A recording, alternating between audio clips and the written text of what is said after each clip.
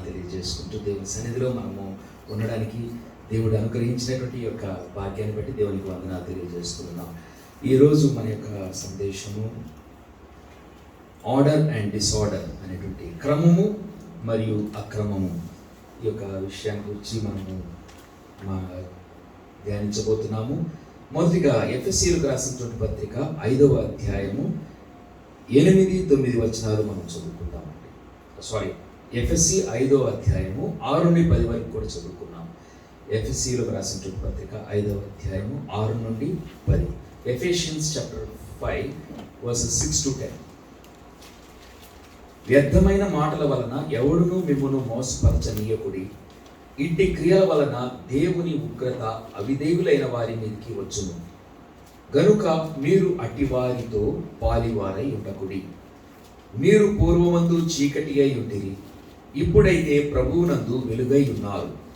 వెలుగు ఫలము సమస్త విధములైన మంచితనము, నీతి, సత్యమను వాటిలో కనబడుచున్నది.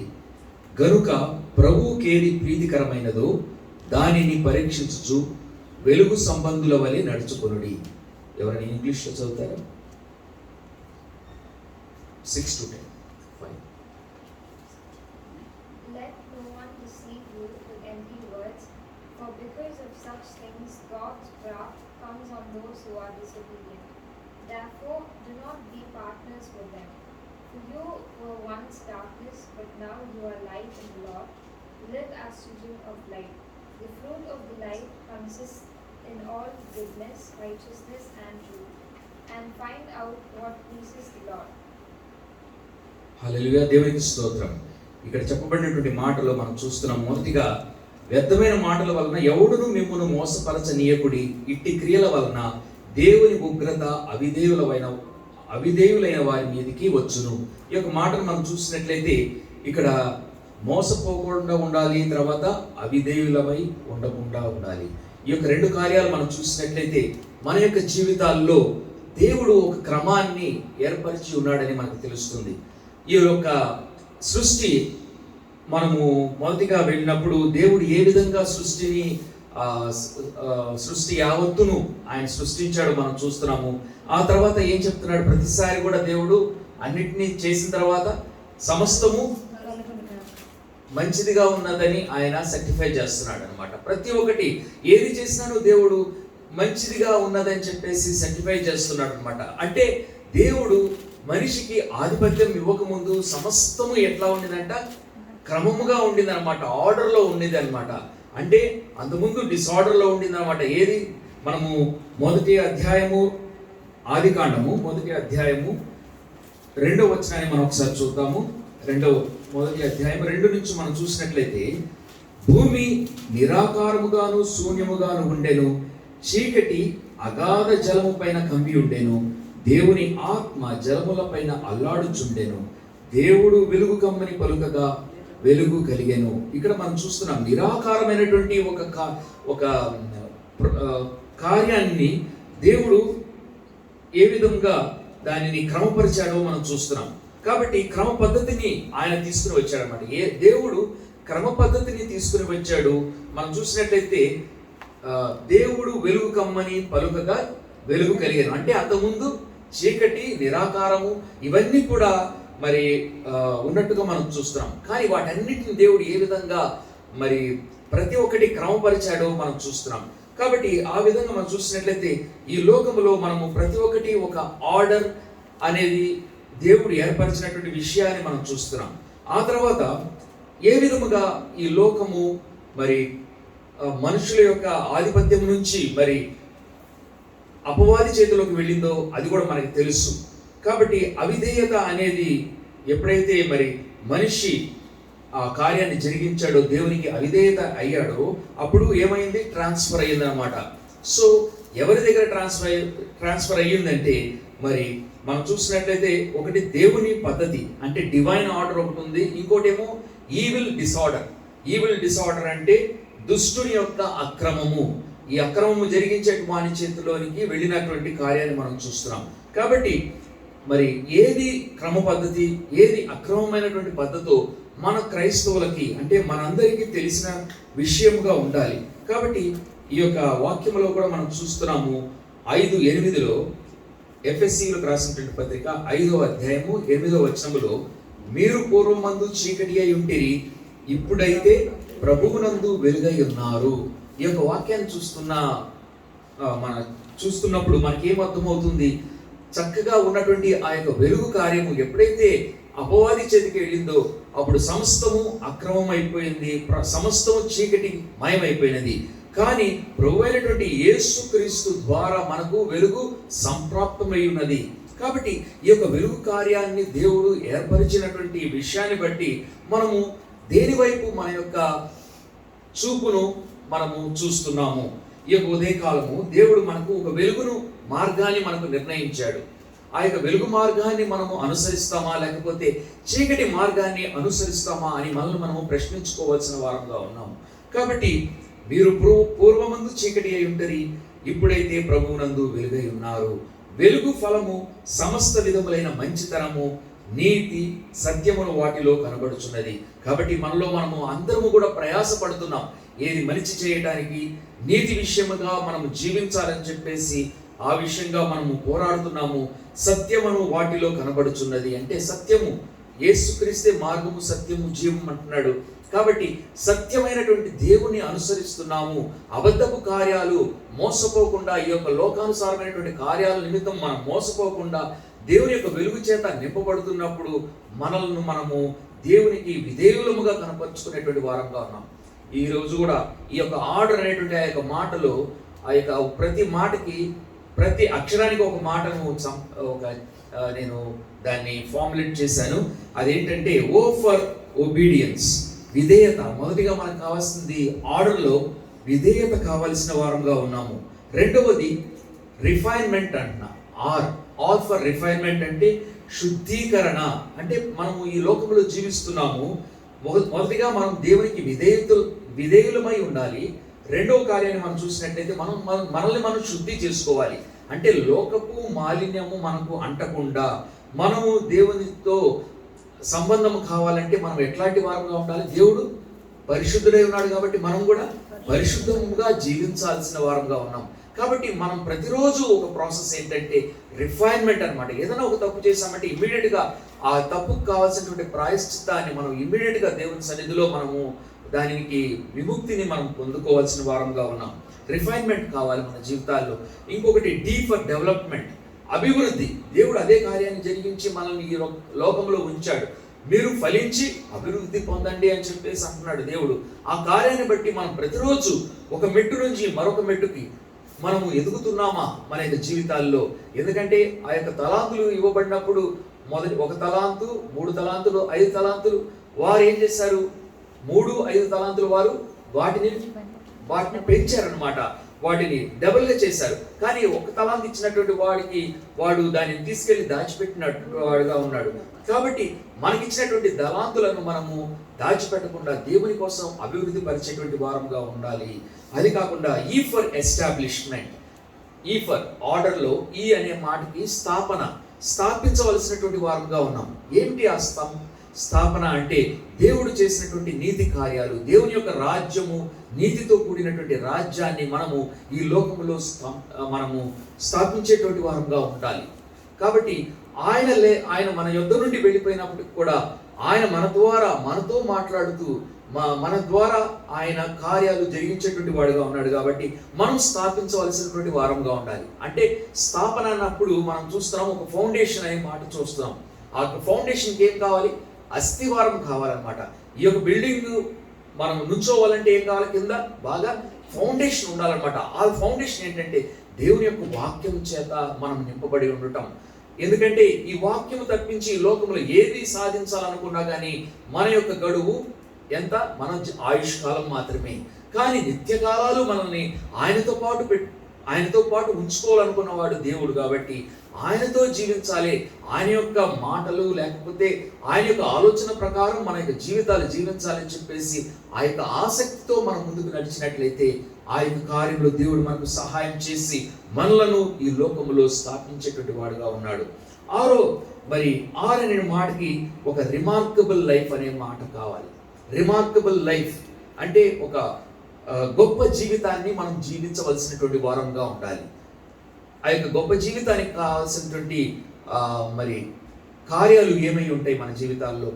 ప్రతి ఒక్కరూ జీవిస్తున్నాము, కానీ కొంతమంది ఒక గొప్ప కార్యాన్ని చేసి, ఒక సొసైటీలో ఒక గొప్ప కార్యం చేసి మరి దాని ప్రకారంగా వారికి పేరు ప్రతిష్టలు పొందుతూ ఉన్నారు. మరి చిన్నప్పుడు కూడా నేను చదివినటువంటి ఒక కథలో ఒక దేశంలో ఒక డ్యామ్ ఉండేదంట. డ్యామ్ అంటే ఆ యొక్క కట్టడం, ఒక డ్యామ్ అంటే ఆ చుట్టూతా నీరు చుట్టూతా ఒక డ్యామ్ కట్టినవారు అనమాట. ఆ యొక్క డ్యామ్ హాలాండ్ ఆ ప్రదేశంలో అది ఏమైందంటే ఆ యొక్క డ్యామ్లో ఒక చిన్న బెజ్జం ఏర్పడి ఆ యొక్క బెజ్జం ద్వారా నీరు వచ్చేస్తూ ఉందన్నమాట. అది చాలా మంది గమనించలేదు, చిన్నదే కదా అని చెప్పి చాలా మంది అశ్రద్ధగా ఉండిపోయారనమాట. ఒకరోజు చూస్తే ఒక బాలుడు మరి తన యొక్క చదువుకొనేసి మరి ఆ యొక్క ఇంటికి రిటర్న్ అవుతున్నప్పుడు ఆ యొక్క బెజ్జంలోంచి నీరు బాగా వడిగా వస్తుందని చూసి అటు ఇటు చూశాడనమాట. ఏదైనా పెట్టడానికి ప్రయత్నం చేశాడు, కానీ ఆ యొక్క నీరు ఆగట్లేదంట. ఇమీడియట్గా ఏం చేశాడంటే ఆ యొక్క బెజ్జంలో తన యొక్క వేలును పెట్టాడంట. ఆ వేలు తర్వాత తన చెయ్యిని పెట్టి ఆ నీటిని ఆపడానికి ప్రయత్నం చేశాడు. ఆ రాత్రంతా ఆ బాలుడు ఆ యొక్క చల్లటి ప్రదేశంలో ఆ యొక్క నీటిని ఆపి అక్కడే పడిపోయాడు. మరి వేకునే మరి ఉదయకాలాన్ని అక్కడ తిరిగేటువంటి ప్రజలు చూశారు, ఏంటి ఇక్కడ బాలుడు ఇట్లా పడిపోయి ఉన్నాడని చూస్తే అతను ఆ యొక్క బెజ్జంలో బెజ్జంలో తన యొక్క చేయిని పెట్టి ఆ నీటినంతటి వరదని ఆపినట్టుగా మనం చూస్తున్నాం అన్నమాట. ఆ తర్వాత ఏ విధముగా ఆ యొక్క బాలుడు చేసిన పని వలన ఆ యొక్క దేశమంతా కూడా, లేకపోతే ఆ యొక్క పట్టణమంతా కాపాడబడిందో అది వారు చెప్పుకున్నారన్నమాట. కాబట్టి ఒక చిన్న వ్యక్తి కూడా ఎటువంటి ఒక కార్యాన్ని చేసి తన జీవితంలో ఒక గొప్ప కార్యాన్ని జరిగించగలడో మనం చూస్తున్నాం. మన యొక్క జీవితాల్లో కూడా దేవుడు మన యొక్క జీవితాల ద్వారా ఇతరులకు మనము వెలిగివ్వాలని చెప్పేసి ఆయన చూస్తున్నాడు.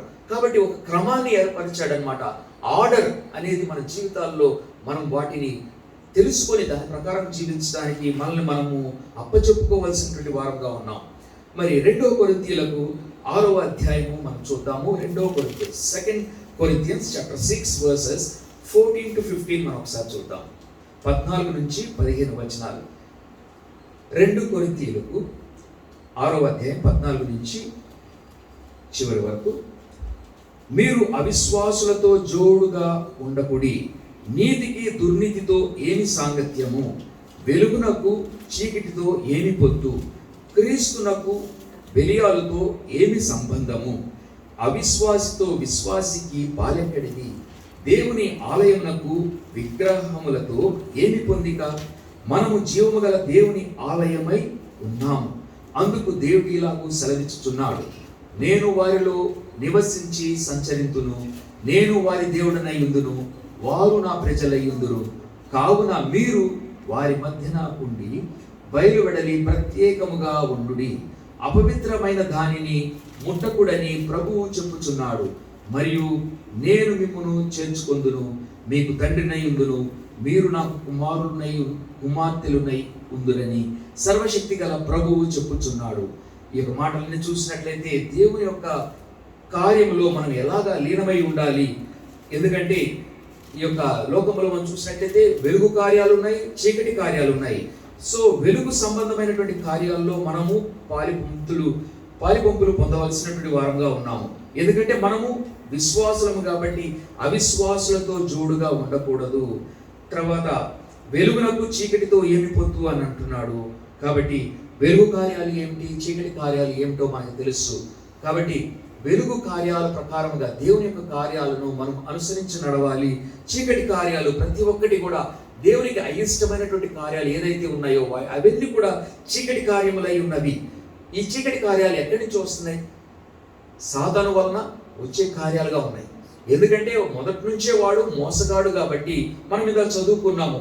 మనము వ్యర్థమైన మాటల వలన ఎవడును మనల్ని మోసపరచనీయకుడి అనేటువంటి ఆ మాటను చూసినట్లయితే వాడు మొదటి నుంచే వాడు మోసం చేయాలని వాడు తాపత్రయం.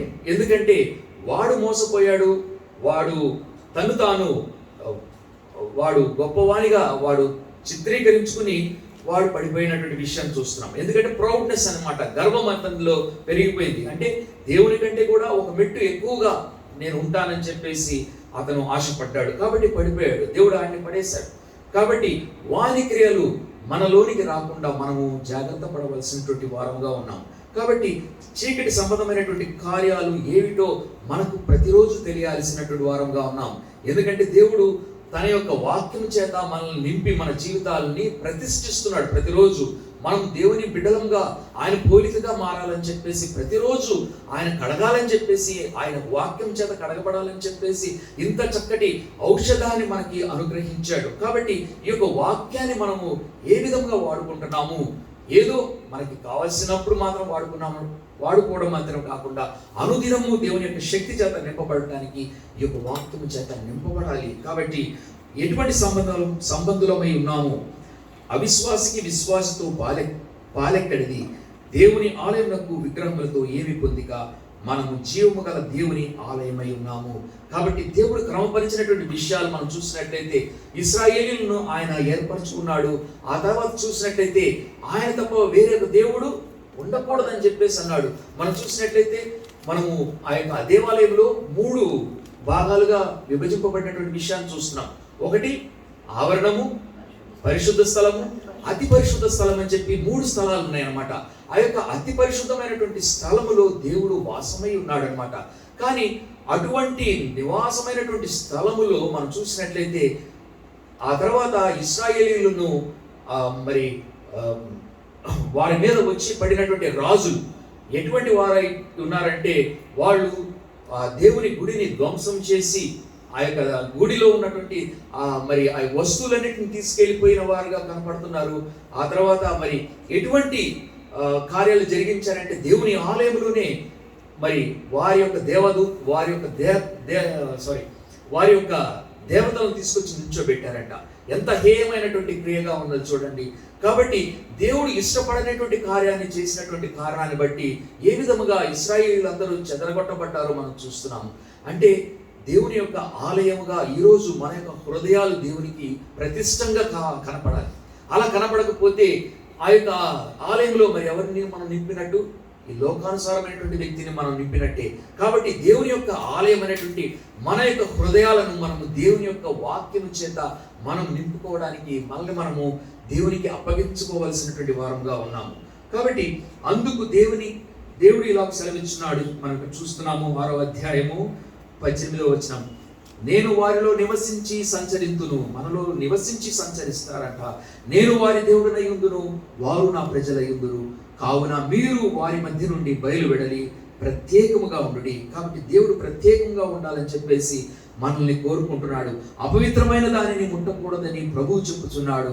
మరియు నేను మిమ్మల్ని చేర్చుకొందును, మీకు తండ్రినై ఉందును, మీరు నా కుమార్తెలనై ఉందురని సర్వశక్తి గల ప్రభువు చెప్పుచున్నాడు. నిజమే, ఎందరూ ఆయన కుమారులై ఉందరో ఎందరూ ఆయన యందు విశ్వాసం ఉంచారు, వారందరూ ఆయన యొక్క కుమారులుగా తీర్చిదిద్దబడ్డారు. కాబట్టి మన యొక్క జీవితంలో ఇటువంటి ఘనదేవుడిని మనము స్వాగతించి ఆయనకు మనము కావలసినటువంటి మర్యాదను మనము ఇస్తే ఆయన మన మధ్యకు వచ్చి మనతో నివాసం చేసేటువంటి వాడుగా ఉన్నాడు. కాబట్టి మన యొక్క జీవితాల్లో కొన్ని తెలుసుకోవాల్సినటువంటి విషయాలు ఏమిటంటే, మన యొక్క ఐడెంటిటీ ఏమిటి అనేది, మన యొక్క గుర్తింపు.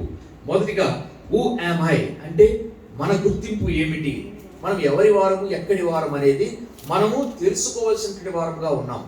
ఎవరి చేత మనం సృష్టింపబడ్డాము? దేవుని యొక్క సృష్టిలో మనం భాగమై ఉన్నాము. కాబట్టి మనము ఆయన యొక్క హస్తముల్లో మనం చెక్కబడి ఉన్నామంట. ఆయన ముందుగానే మనల్ని ఆయన మనల్ని నియమించి మనకు ఒక శరీరాన్ని అమర్చి మనకి ఆ యొక్క శరీరంలో ఆ యొక్క ఆత్మను మనకు పెట్టి ఉన్నాడు. కాబట్టి మన యొక్క ఐడెంటిటీ, గుర్తింపు, మనము దేవుని యొక్క ప్రజలమై ఉన్నామని గుర్తించుకోవాల్సిన వారంగా ఉన్నాం. మరి రెండో విషయం మనం చూసినట్లయితే, మనం ఎక్కడి నుండి వస్తున్నాం? Where am I from?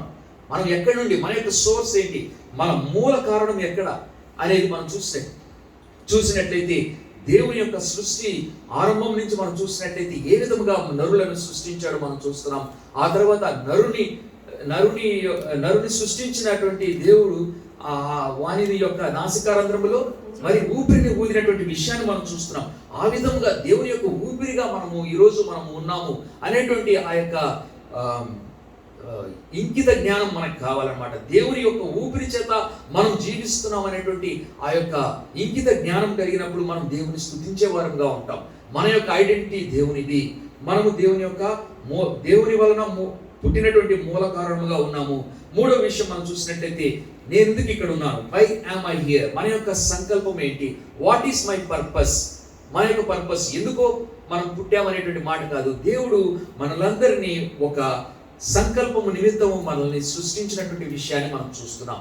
కాబట్టి ఇక్కడ మనం ఏదైతే మనం రుజువు చేస్తామో, ప్రభువుకి దృష్టికి మనము ప్రియముగా కనపడతామో, అప్పుడు ఆయన అనేకమైనటువంటి విషయాల్లో మనల్ని అధిపతులుగా నియమిస్తాడు. కాబట్టి మనం ఈ భూలోకంలో ఉన్నప్పుడే ఆయన కోసం ఏమేమి చేయగలము, ఎంత చేయగలమో అంత ప్రయాసగా మనం చేసినట్లయితే, ఆయనను మెప్పించేటువంటి వారంగా కనబడినట్లయితే ఆయన సంకల్పాన్ని మనము తెలుసుకున్న వారముగా, దాని ప్రకారంగా జీవించేటువంటి వారంగా ఉంటాం.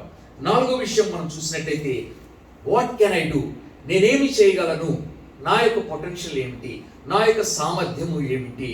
కాబట్టి కొంతమంది వారి యొక్క సామర్థ్యాలను తెలుసుకొని దాని ప్రకారంగా వారి యొక్క జీవితాల ద్వారా ఇతరులకు మరి వారు సహాయపడేటువంటి వారుగా ఉన్నారు.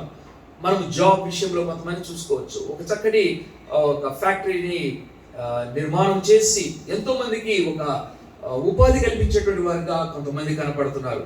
అలాగా మన వంతు ఏమిటి, మనం ఏమి చేయగలము, ఇతరులకు మనం ఏ విధంగా మనం సహాయముగా ఉండగలము. ఎందుకంటే దేవుని యొక్క ప్రణాళిక నిన్ను వలె నీ పొరుగువాన్ని ప్రేమించమని చెప్పేసి దేవుడు చెప్తున్నాడు తన యొక్క వాక్యంలో. ఆ విధముగా మనము ఇతరులను మనము గౌరవించి వారి యొక్క మంచి చెడులను కూడా మనము తెలుసుకోవలసినటువంటి వారంగా ఉన్నాము.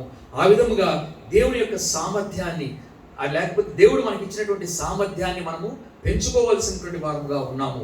మరి ఐదో విషయాన్ని మనం చూసినట్లయితే, వేర్ ఆమ్ ఐ గోయింగ్, మన యొక్క గమ్యము ఎక్కడ, వేర్ ఆమ్ ఐ గోయింగ్, గమ్యము ఎక్కడ. మనకు తెలుసు 2 తిమోతి 4వ అధ్యాయము 7వ వచనంలో మనకు చెప్పబడినటువంటి రీతిగా, మంచి పోరాటము పోరాడి తిని తుది నా పరుగును తుదముట్టించితిని అని మరి పౌలు చెప్తున్నటువంటి ఆ యొక్క వాక్య భాగంలో మనం చూసినట్లయితే, ప్రతి ఒక్కరికి తమ యొక్క గమ్యం ఏంటో తెలిసి ఉండాలన్నమాట. కాబట్టి ఆ యొక్క గమ్యమునకు కావాల్సినటువంటి ఆ యొక్క ప్రిపేర్డ్నెస్ మనలో కావాలన్నమాట. సంసిద్ధత మనలో కావాల్సినటువంటి వారంగా ఉండాలి. ఎందుకంటే మరి మన యొక్క జీవితాలు, మనం ఎఫెసీయులకు రాసినటువంటి పత్రిక 2వ అధ్యాయం 10వ వచనాన్ని మనం ఒకసారి చూద్దాము. మరియు వాటి యందు, ఎఫెషియన్స్ చాప్టర్ 2 వర్సెస్ 10లో, మరియు వాటి యందు మనము నడుచుకొనవలెనని దేవుడు ముందుగా సిద్ధపరిచిన సత్క్రియలు చేయుటకై మనము క్రీస్తు యేసునందు సృష్టింపబడిన వారమై ఆయన చేసిన పని అయి ఉన్నాము. కాబట్టి ఇవన్నీ కూడా దేవుడు ఇచ్చినటువంటి మన యొక్క ఐడెంటిటీ, సోర్స్ కానీ, పర్పస్ కానీ, పొటెన్షియల్ కానీ, డెస్టినీ కానీ, అంటే గుర్తింపు, మూల కారణము, సంకల్పము, సామర్థ్యము, గమ్యము, ఇవన్నీ కూడా దేవుడు మనలో పొందుపరిచినటువంటి విషయాలుగా మనం చూస్తున్నాం. కాబట్టి మరియు వాటి యందు మనము నడుచుకొనవలెనని దేవుడు ముందుగా సిద్ధపరిచిన సత్క్రియలు చేయుటకై మనము క్రీస్తు యేసునందు సృష్టింపబడిన వారమై ఆయన చేసిన పని అయి ఉన్నాము. కాబట్టి ఆయన చేసిన పని అయి ఉన్నాము అన్నమాట. ఏదో యాక్సిడెంటల్గా ఈ లోకానికి వచ్చి పడ్డామనేటువంటి మాట కాదు. కాబట్టి మన యొక్క స్థితిగతులు, మన యొక్క పొజిషన్ ఈ లోకంలో ఏమై ఉన్నది అనే మాటను మనం చూసినట్లయితే, ఎఫెసీయులకు రాసినటువంటి పత్రిక 2వ అధ్యాయము 6-7 వచనాలు మనం చూసినట్లయితే ఈ మాటను మనం చదవగలము. ఎఫెషియన్స్ చాప్టర్ 2 వర్సెస్ 6 and 7లో, క్రీస్తు యేసునందు ఆయన మనకు చేసిన ఉపకారము ద్వారా అత్యధికమైన తన కృప మహదైశ్వర్యమును రాబో యుగములలో కనుపరచు నిమిత్తము క్రీస్తు యేసునందు మనలను ఆయనతో కూడా లేపి పరలోకమందు ఆయనతో కూడా కూర్చుండబెట్టెను. ఈ కార్యాన్ని మనం చూసినట్లయితే ఆయన తనతో మనల్ని కూర్చోబెట్టాడంట. అంటే ఎంతగా మనం ధన్యులమై ఉన్నామో మనము ఒక్కసారి ఆలోచించుదాం. ఎందుకంటే ఈ లోకంలో ఉండగానే మన యొక్క గుర్తింపు మనము ప్రతిధ్వనించవలసిన వారంగా ఉన్నాము. మనం రుజువు చేసుకోవాల్సినటువంటి వారంగా ఉన్నాము. మన యొక్క సంకల్పాన్ని మనం రుజువు చేసుకోవాలి. కాబట్టి మరొకసారి చూద్దాం. క్రీస్తు యేసునందు ఆయన మనకు చేసిన ఉపకారము ద్వారా అత్యధికమైన తన కృప మహదైశ్వర్యమును రాబో యుగములలో కనపరుచు నిమిత్తం. రాబో యుగములలో కాబట్టి మనకు కనబడినటువంటి ఒక లోకం అనేది దేవుడు ఏర్పరిచున్నాడు. కాబట్టి ఆ లోకానికి మనల్ని ప్రిపేర్డ్నెస్ గా ఉండమని దేవుడు మనకి మనవి చేస్తున్నాడు, లేకపోతే దేవుడు మనల్ని హెచ్చరిస్తూ ఉన్నాడు. కాబట్టి ఈ లోకములో ఉండగానే ఆయన కోసం మనం ఏమి చేయగలము, ఆయన నిమిత్తము మనం ఏమి చేయగలం అనేది మనల్ని మనము పరిశీలన చేసుకుంటూ అనుదినము నడవవలసినటువంటి వారంగా ఉన్నాం. మనం ఇందాక చదువుకున్నాము ఆర్డర్ అనేటువంటి ఆ మాటలో. ఆర్డర్ అనేటువంటి మాటలో obedience, refinement, development, establishment, remarkable life అంటే విధేయత, తర్వాత శుద్ధీకరణ, అభివృద్ధి, స్థాపన, మరి గొప్ప జీవితం, ఇవన్నీ కూడా ఆర్డర్లో ఉండగా మరి మరొక కోణాన్ని కూడా చూద్దాం. అంటే డిసార్డర్ అయితే ఎటువంటి కార్యాలు జరుగుతాయి అనే మాటను చూసినట్లయితే డి అనే మాటకి డిసార్డర్లో డి అనే మాటకి డైరెక్షన్లెస్ అంటే దృష్టి లోపం. ఎవరికి ఆ దృష్టి లోపం అనేది ఉంటుంది? ఈ లోకం వరకే సమస్తాన్ని చూసుకుంటూ దానిని ముచ్చటించుకుంటూ ఉండే వాళ్ళకి మాత్రమే ఈ యొక్క దృష్టి లోపం అనేది ఉంటుంది. మనము క్రైస్తవులుగా దేవుడు మనకు ఇచ్చినటువంటి ఆ యొక్క నిత్య సంకల్పము మనం చేసినటువంటి వారంగా ఉన్నట్లయితే మనకు జీవితంలో ఒక డైరెక్షన్ అనేది ఉంటుంది, ఒక కంపాస్ ఏ విధంగా పనిచేస్తుందో. ఎందుకంటే ఇదివరకు ఓడలు వెళ్ళేటప్పుడు వాళ్ళకి ఏంటంటే వాళ్ళకి కావాల్సిన కంపాస్ అనేది కావాలన్నమాట. ఆ కంపాస్ ద్వారా వారు ఎటు ప్రయాణం చేస్తున్నారు, ఏ దేశం వైపు ప్రయాణం చేస్తున్నారో వారికి అది దిక్సూచిగా కనపడుతుంది అనమాట. దాని ప్రకారంగా వాళ్ళు నడిచేవాళ్ళు అనమాట. అలాగా ఒక జీవితంలో డైరెక్షన్ లేకపోతే ఎలాగ డైరెక్షన్ లెస్ గా ఉంటుందో అది ఒక డిసార్డర్ కి దారి తీస్తుంది అనమాట. రెండవ మాట మనం చూసినట్లయితే ఇంపేషన్స్, అసహనత. ఈ యొక్క మాట ఎంతగా మరి ప్రతి ఒక్కరిని కృంగతీస్తుందో దానిని బట్టి వారి జీవితాల్లో ముందుకు వెళ్ళలేని పరిస్థితి అన్నమాట. కాబట్టి ఒక డిసార్డర్లో ఈ యొక్క ఇంపేషన్స్ అనేటువంటి ఆ యొక్క మాట, అసహనం అనేటువంటి ఆ యొక్క మాట మన జీవితంలో ఉందంటే మనం ముందుకు వెళ్ళలేని పరిస్థితి అవుతుందన్నమాట. మరి ఎస్ అనేటువంటి ఆ యొక్క మాటను మనం చూసినట్లయితే చాలా మంది కూడా స్వీయ జాలి పడుతుంటారు. సెల్ఫ్ పిటి అంటే మిగతా వారందరూ ఎంతగానో హెచ్చింపబడ్డారు, నేను మాత్రం ఇలాగే ఉన్నాను, నేను కృంగిపోయి ఉన్నాను అని చెప్పేసి తమని తామే మట్టం తట్టుకుంటూ మరి తమ జీవితాలన్నీ కూడా ఇలా కూలిపోయాయి, ఇలా ఉన్నాయి అని చెప్పేసి సెల్ఫ్ పిటి, స్వీయ జాలి అనేది పుడుతూ ఉంటుంది అనమాట. అలా కాకుండా ఉండాలి. అలా కూడా మనం ఉన్నట్లయితే మనల్ని మనము ఏంటంటే స్వీయ జాలి వలన మనము తగ్గించబడినటువంటి వారంగా ఉంటాము, ముందుకు వెళ్ళలేని పరిస్థితిలో ఉంటాము, ఇంకా అదే డిసార్డర్లో ఉంటాము. సరే, ఆ ఓ అనేటువంటి ఆ యొక్క మాటకు అబ్స్ట్రక్షన్ అంటే అడ్డంకులు. అంటే కొంతమంది వారి జీవితాల్లో ఇతరుల నిమిత్తము అబ్స్ట్రక్షన్ చేస్తుంటారనమాట. ఏది చేసినాను దాన్ని ముందుకు కొనసాగించకుండా అడ్డుపడేటువంటి వారుగా ఉంటారు. అలాగా మన జీవితాలు ఉండకుండా మనము ప్రతి ఒక్కటి సుముఖముగా మనం వెళ్ళాలి. ఇతరులను కూడా మనము వారి యొక్క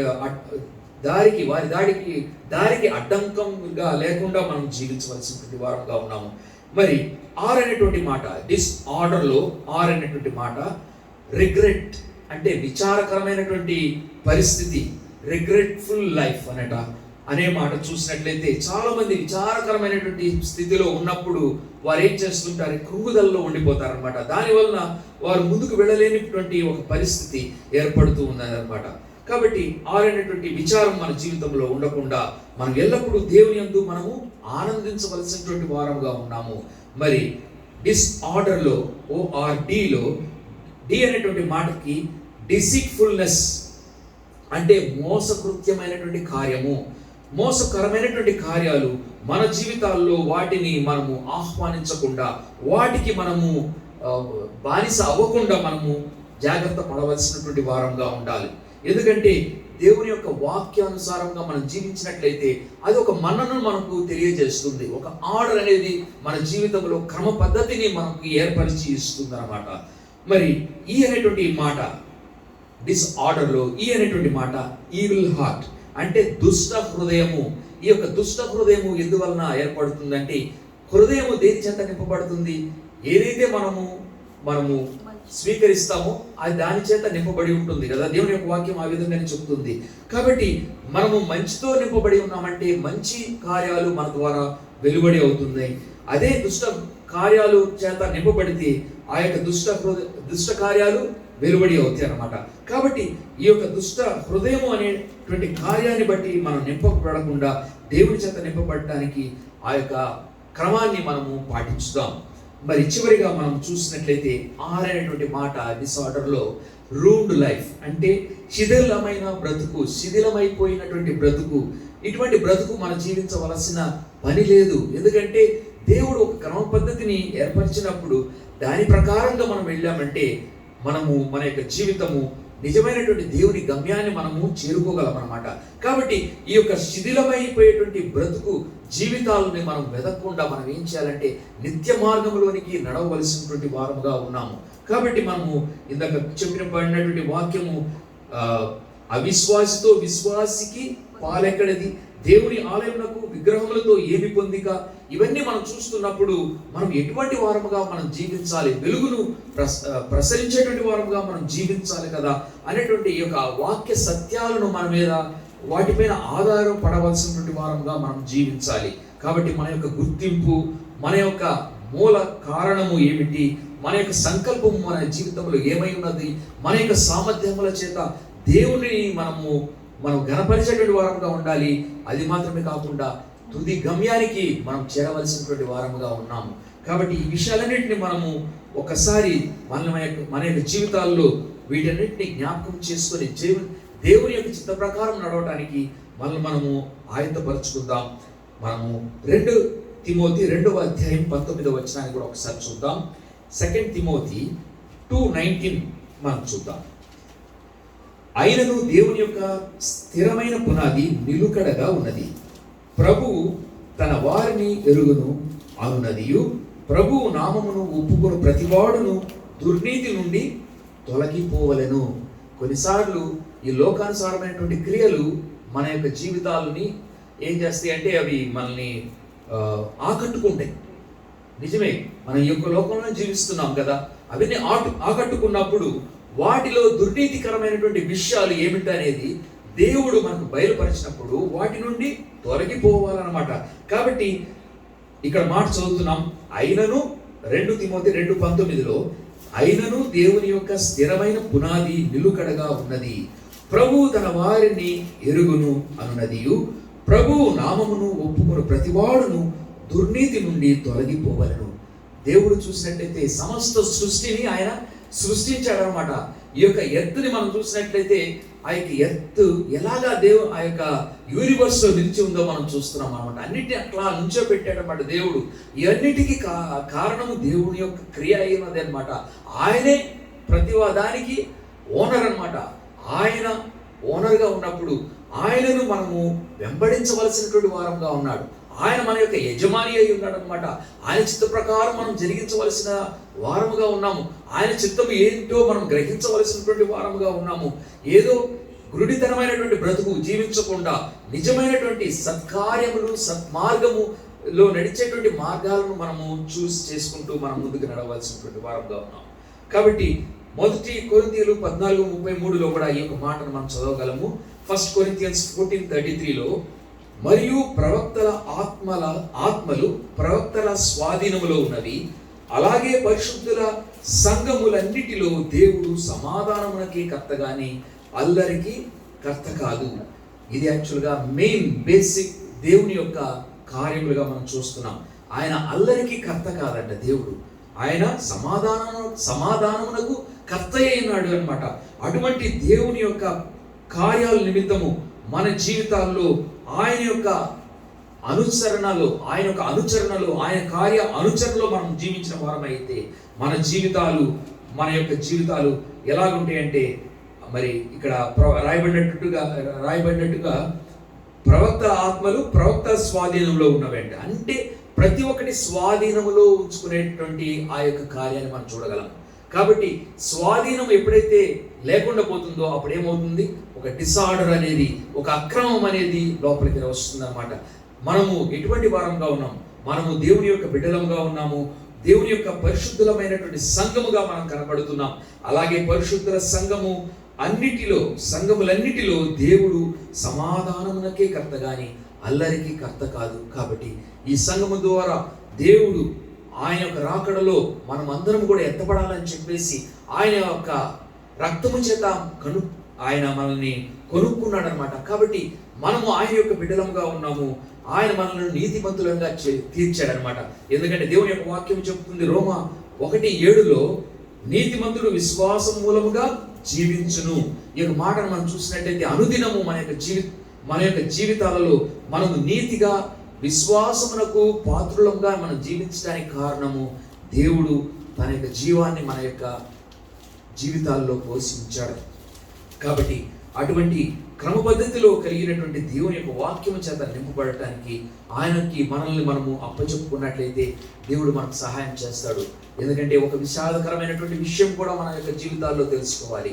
అదేంటంటే ఒక కప్ప అనేది ఉంది కదా, ఒక కప్ప అది దాన్ని మనం చల్లటి నీళ్ళలో వేసామనుకోండి, అది ఎలా ఉంటుంది? హ్యాపీగా ఉంటుంది అన్నమాట.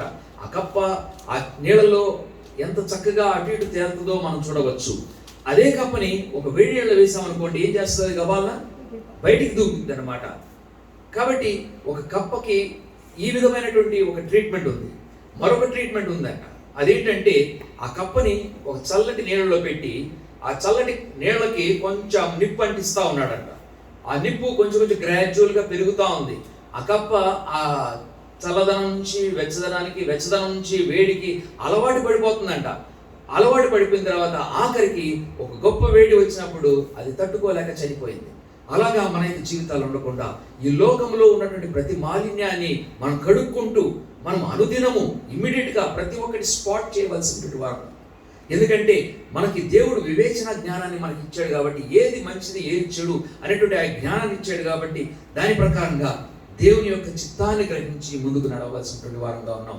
కాబట్టి ఆర్డర్లో కావాల్సినటువంటి మాటలను మరొకసారి జ్ఞాపకం చేసుకుందాం. ఆర్డర్ అంటే ఓ ఫర్ ఒబీడియన్స్, విధేయత కలిగి ఉండటం.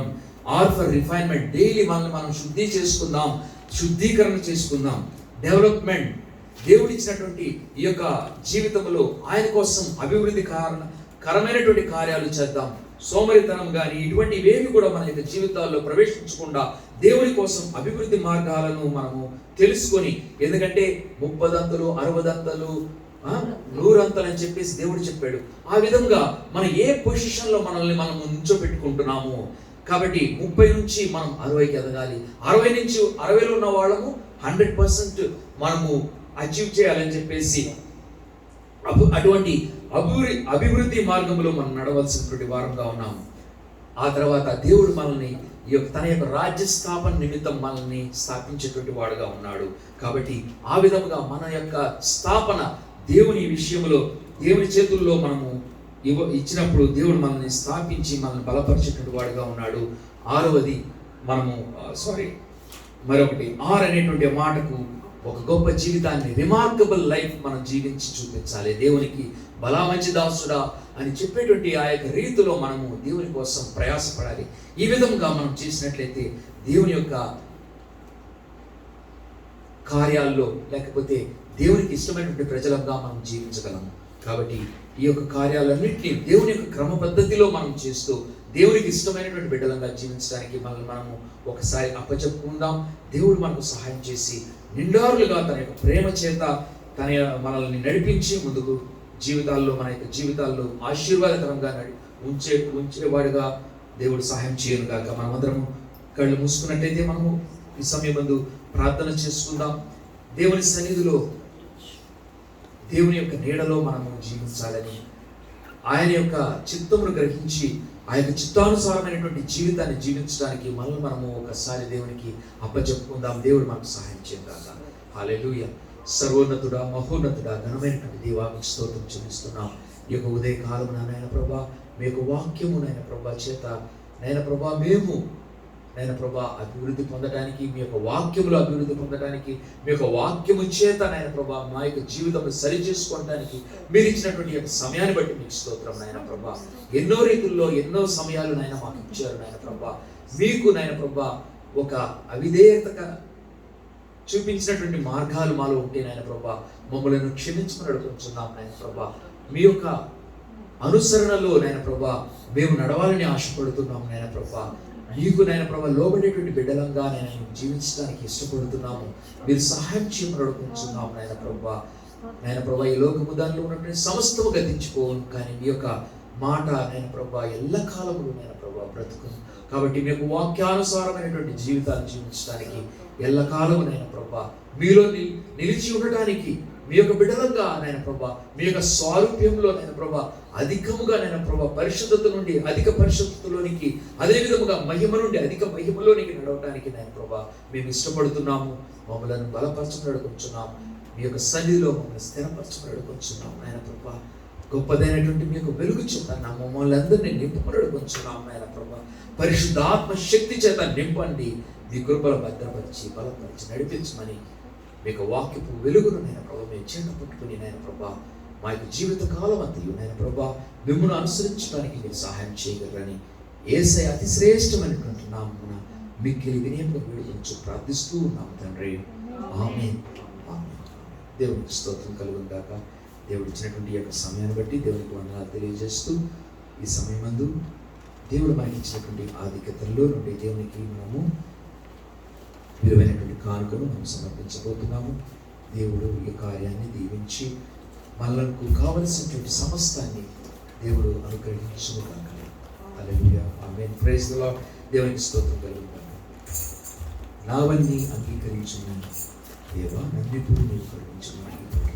నామాన్ని మహిమపరుద్దాం. హల్లెలూయా.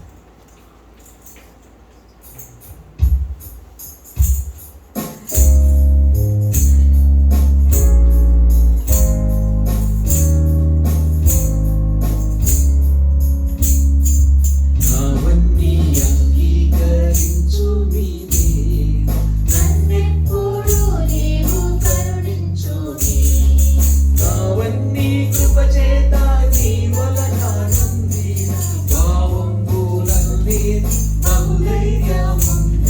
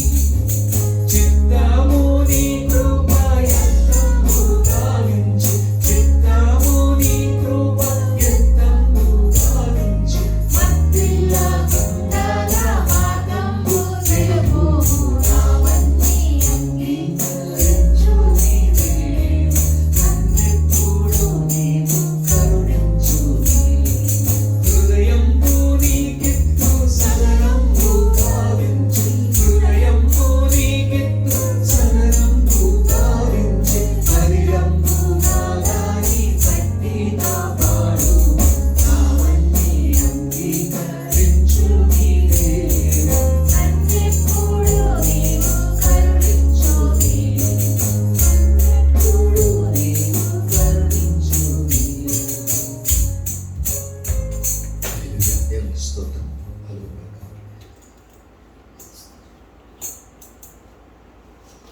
అద్భుతమైనటువంటి కానుకలు ప్రార్థన చేసుకుంటాం.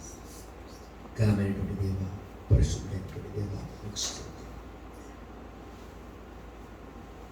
ఈ సమయంలో అద్భుతమైనటువంటి ప్రతి కానుకలైన ప్రభా మీరు గుర్తించి ప్రభా ఇచ్చినటువంటి ప్రతి హస్తమునకు కావాల్సినటువంటి నాయన ప్రభా 1000 రెట్ల ఆశీర్వాదం చేత నాయన ప్రభా మీరు దీవించమని అడుగుతున్నాం. అదేవిధంగా ప్రతి అవసరతను కూడా క్రీస్తు యేసు నామం మహిమైశ్వర్యములో మీరు తీర్చి నాయన ప్రభా ఫల సాధకులనుగా ప్రభా మీరు నింపమని అడుగుతున్నాము. ప్రభా మరి మీ యొక్క బిడ్డలకు నాయన ప్రభా మీ యొక్క ఆకాశపు వాక్యలను విప్పినైన ప్రభా పట్టజాలనంతా నాయన ప్రభా ఆశీర్వాదముల చేత నాయన నింపుతారు. అందుకు బట్టి మీకు స్తోత్రం నాయన.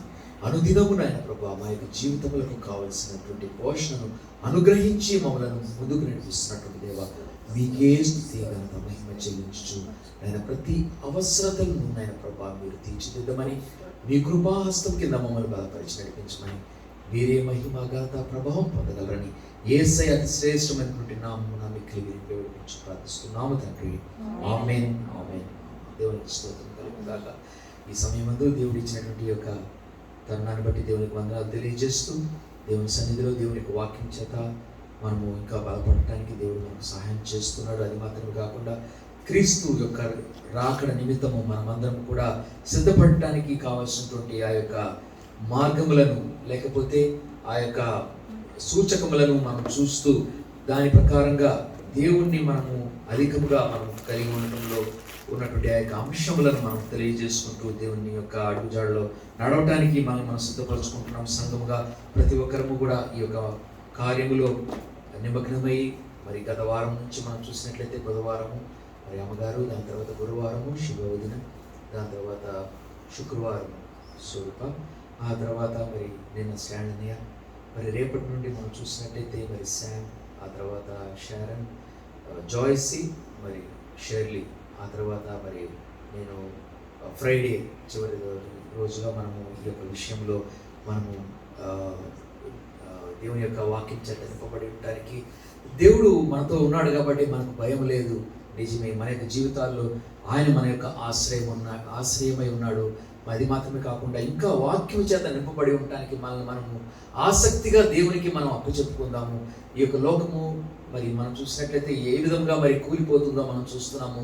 ప్రతి ఒక్కటి మనము అపవాది యొక్క వారి క్రీస్తు విరోధి యొక్క కార్యాలు మరి వాడు రావడానికి కావాల్సినటువంటి ప్రయత్నాలన్నింటినీ కూడా జరుగుతున్నాయి. కాబట్టి మనము దేవునిలో మనం నిలకడగా ఉండడానికి దేవుని యొక్క వాక్యం చేత నింపబడి ఉండడానికి మనము సిద్ధం చేసుకుందాం. కాబట్టి దేవుడు మనకు సహాయం చేయనుగాక. దేవునికి స్తోత్రం కలుగుగాక. దేవుడు చేసినటువంటి మేళ నిమిత్తం దేవునికి మరొకసారి వందనాలు తెలియజేసుకుంటూ మరి చివరి ప్రార్థనగా మనం అందరం లేచి నిలబడి మరి చివరి ప్రార్థన మరి అదేవిధంగా మరొక ప్రార్థన ఆశీర్వాదంతో మనం సెలవుకుందాం. చివరిగా మన మధ్యలో ఉన్నటువంటి స్టాండ్ అనే ప్రార్థన చేస్తాం. దేవునికి స్తోత్రం. మా ప్రియపరలో తండ్రి యేసురాజ, ఇదే మనం బట్టి మీకు స్తోత్రం అయినా వినేటువంటి వాక్యం మాతో మాట్లాడిన విధమును బట్టి మీకు స్తోత్రం తండ్రి. క్రమబద్ధీకరంగా మరి మా జీవితంలో మేము సరిదిద్దుకుని జాగ్రత్త వహించి మరి శారీరకంగాను ఆత్మీయ జీవితంలో మేము సిద్ధపాటు కలిగి ముందుకు సాగుటకు మీరు మమ్మల్ని నడిపించమని బలపరచమని మీ శక్తి చేత అన్నింటిలో మీరు మాకు ముందు మమ్మల్ని నడిపించమని యెరూషలేము ప్రాకారంలో శాంతి సమాధానం కాంచి ఇశ్రాయేలీయులను దీవించి ఆశీర్వదించి వర్ధన చేయండి. తద్వారా మా ప్రాకారంలో కూడా శాంతి సమాధానం కలుగు చేసి దీవించి ఆశీర్వదించి వర్ధన చేయండి. వారి మధ్యలో జరుగుతున్నటువంటి ఆ యుద్ధములను మరి వారి తరపున మీరే పోరాడుచు వారికి దయచేస్తున్నటువంటి కాపుదలను బట్టి చేయించుకోవచ్చు. ఇంకా గొప్ప కార్యములు మరి అక్కడ జరిగించి లోకమంతయు మరి ప్రభా మీ యొక్క గొప్ప కార్యములను మరి తెలుసుకుని మీరే నిజమైన దేవుడని ప్రతి ఒక్కరు గ్రహించులాగని ప్రతి ఒక్కరిని మరి ప్రభా ఆశ్చర్యపోల రీతిలో మరి ప్రభా జరిగించమని ప్రభా ప్రతి ఒక్కరు మీ నామమును గుర్తెరిగినట్లు మీరు తప్పుతా మరి ప్రభా మీరు తప్ప మరి ప్రభా లేడు అని గ్రహింపు ప్రతి విశ్వాసం కలిగేలాగా చేయమని కొద్ది వినపములను మీ పాద సన్నిధిలో పెట్టచ్చు. యేసు పరిశుద్ధ నామములో మీకు వందనాలు పరచుచున్నాము తండ్రి. ఆమేన్. ప్రభు ప్రార్థించుకున్నాం. పరలోకమందున మా తండ్రి, నీ నామం పరిశుద్ధపరచబడును గాక, నీ రాజ్యం మాకు వచ్చును గాక, నీ చిత్తము పరలోకమందు నెరవేర్చినట్లు అలాగే భూమి మీద నెరవేరును గాక. మాకు కావలసిన దినాహారం మాకు దయచేయండి. మా రుణస్థులను మేము క్షమించిన ప్రకారం మమ్మల్ని రక్షించు. మమ్మల్ని శోధన లేక కీర్తించు. ఎందుకంటే రాజ్యము, బలం, శక్తి, మహిమ నిరంతరం నీవే ఉన్నావు తండ్రి. ఆమేన్. మన తండ్రి అయిన దేవుని ప్రేమ, కుమారుడైన యేసుక్రీస్తు కృప, పరిశుద్ధాత్మ యొక్క అన్యోన్య సహవాసం ఇక్కడ ఉన్నటువంటి మనకు, అదేవిధంగా లైవ్లో వీక్షిస్తున్నటువంటి ప్రతి ఒక్కరికి వారి గృహంలోను మన గృహంలో ఎల్లప్పుడూ తోడై ఉండుగాక. ఆమేన్. ఆశీర్వాదం మా మీద వర్షింపజేయుమీశా, ఆశతో నమ్మియున్నాము నీ సత్య వాగ్దత్తము.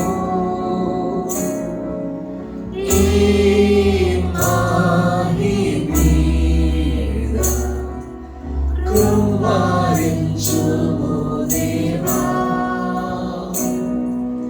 కమ్మర ప్రేమ వర్షం కృమ్మరించుము దేవా.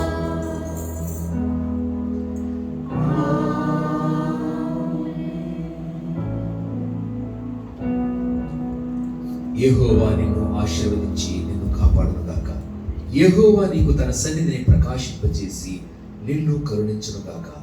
యెహోవా నీ మీద తన సన్నిధి కాంతి ఉదయింపు చేసి నీకు సమాధానము కలుగా చేయునుగాక. ఆమేన్. షలోమ్.